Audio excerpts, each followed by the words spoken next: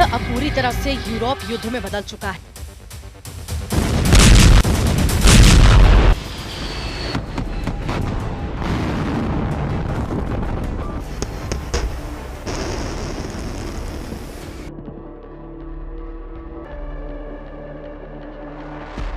राष्ट्रपति ट्रंप ने यूक्रेन को जिस तरह से रूस के सामने झुकने के लिए मजबूर किया, उससे पूरे यूरोप में खलबली मची है। फ्रांस के राष्ट्रपति मैक्रो ने तो साफ कह दिया है कि हमें अपने वजूद के लिए रूस से आखिरी जंग करनी होगी, वो भी बिना अमेरिका सहायता के। हम आपको दिखाने जा रहे हैं कि कैसे यूरोपीय यूनियन के 27 देशों ने रूस से आर पार की जंग करने का इरादा कर लिया है। साथ ही हम आपको दिखाएंगे कैसे बिना अमेरिकी सैन्य और आर्थिक मदद के बिना फ्रांस और जर्मनी और ब्रिटेन यूक्रेन को जंग जिताने में जुटे हैं।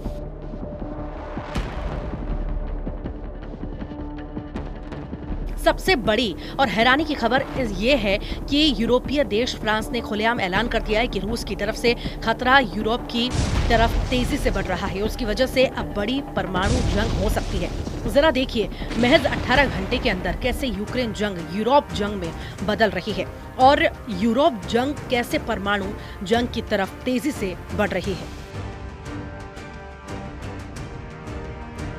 अब कल्पना से भी परे परमाणु युद्ध होने जा रहा है। यकीन करना मुश्किल है, लेकिन करीब 13,080 परमाणु हथियारों से एक ऐसे युद्ध की तैयारी शुरू हो गई है जिसमें शायद ही कोई देश अब विनाश से बच पाएगा। यूक्रेन युद्ध पूरी तरह से यूरोप युद्ध में बदल चुका है। अमेरिका ने अपने घातक हथियार यूक्रेन को देना बंद कर दिए।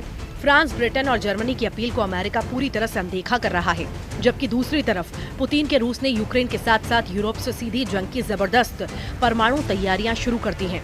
रूस को अच्छी तरह से एहसास हो चुका है कि यूरोपीय देश किसी भी कीमत पर यूक्रेन और रूस के बीच युद्ध विराम नहीं होने देंगे। राष्ट्रपति जेलेंस्की ने लंदन में जिस तरह से यूरोप के सामने हाथ फैलाए, उससे साफ हो गया है कि यूक्रेन मरते दम तक यूरोप के हथियारों से युद्ध करने को तैयार है, चाहे फिर भले ही अमेरिकी हथियार ना मिले।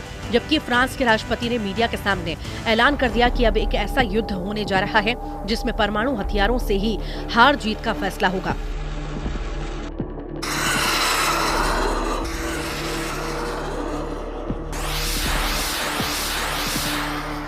जरा देखिए, फ्रांस के राष्ट्रपति इमैनुअल मैक्रों ने रूस युद्ध को लेकर यूरोपीय देशों के सामने क्या ऐलान किया है। 5 मार्च 2025 को फ्रांस के राष्ट्रपति इमैनुअल मैक्रों ने पेरिस में साफ कहा है कि रूस अब पूरे यूरोप के वजूद के लिए खतरा बन चुका है। मैक्रों ने यूरोपीय देशों को चेतावनी देते हुए कहा कि रूस बहुत बड़ा खतरा बन चुका है, अब हमें रूस से युद्ध के लिए पूरी तरह से तैयार रहना होगा। राष्ट्रपति पुतिन के नेतृत्व में रूस आज फ्रांस और यूरोप के लिए एक खतरा बन चुका है। मैक्रों ने यह भी कहा है कि हमारा परमाणु शस्त्रागार हमारी सुरक्षा करता है और अब इसका इस्तेमाल पूरे यूरोप के लिए किया जाएगा। मैंने हमारे परमाणु हथियारों के माध्यम से यूरोपीय महाद्वीप पर हमारे सहयोगियों की सुरक्षा पर रणनीतिक बहस शुरू करने का फैसला किया है। अगर जरूरत पड़ी तो हम अमेरिकी मदद के बिना भी रूस के मुकाबला करेंगे और यूक्रेन की आखिरी दम तक सुरक्षा करेंगे। खुफिया खबरों में दावा किया गया है कि नेटो देश पोलैंड, एस्टोनिया, लातविया और लिथुआनिया की तरफ से रूस पर हमले की तैयारियां शुरू हो चुकी हैं। यानी अब नेटो और यूरोपीय संघ के लाखों सैनिक रूस पर हमला कर सकते हैं। कुछ दावों के मुताबिक ब्रिटेन की राजधानी लंदन में आपातकाल युद्ध को जो तैयारियां चल रही हैं, वो सीधे सीधे तीसरे विश्व युद्ध की संकेत दे रही हैं। 3 मार्च को लंदन में यूक्रेन के राष्ट्रपति जेलेंस्की के सामने कम से कम 25 यूरोपीय देशों ने भरोसा दिलाया कि वो रूस के खिलाफ सीधी जंग से उसका साथ देंगे। लेकिन फ्रांस ने जिस तरह से रूस के खिलाफ एटमी जंग की वकालत की है, वो साबित करता है कि अब अमेरिका और यूरोप के बीच बड़ी खाई बन गई है। यूरोप को रत्ती भर भी राष्ट्रपति ट्रंप पर भरोसा नहीं रह गया। यही वजह है कि अब रूस के खिलाफ यूरोप अपने दम पर बड़ी जंग करने जा रहा है। जरा देखिए, क्या यूरोपीय देश रूस के परमाणु जंग करने की स्थिति में है भी या नहीं।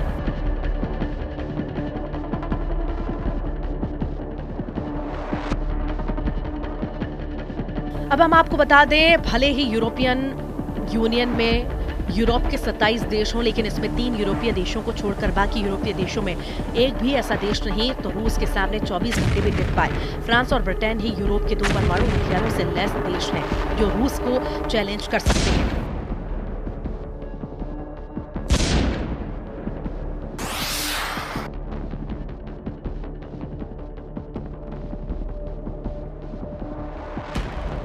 फ्रांस का परमाणु हथियार हवा और समुद्र के रास्ते हमला करते हैं। फ्रांस के राफेल लड़ाकू जेट और परमाणु पनडुब्बियों फ्रांसीसी राष्ट्रपति के निर्देश पर तुरंत हमला कर सकती हैं। फेडरेशन ऑफ अमेरिकन साइंटिस्ट के अनुसार फ्रांस के पास अनुमानित 290 और ब्रिटेन के पास 225 परमाणु हथियार हैं, जबकि दुनिया के कुल परमाणु हथियारों का करीब 88% हिस्सा अमेरिका और रूस के पास है।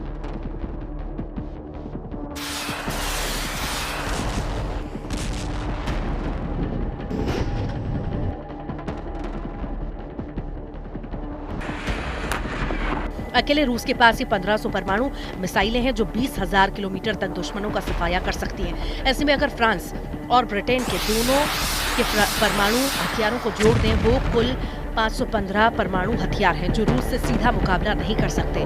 अगर फ्रांस अपने 290 परमाणु हथियारों को पूरे यूरोप में तैनात करेगा तो फ्रांस खुद रूस के परमाणु हथियारों से नहीं बच पाएगा।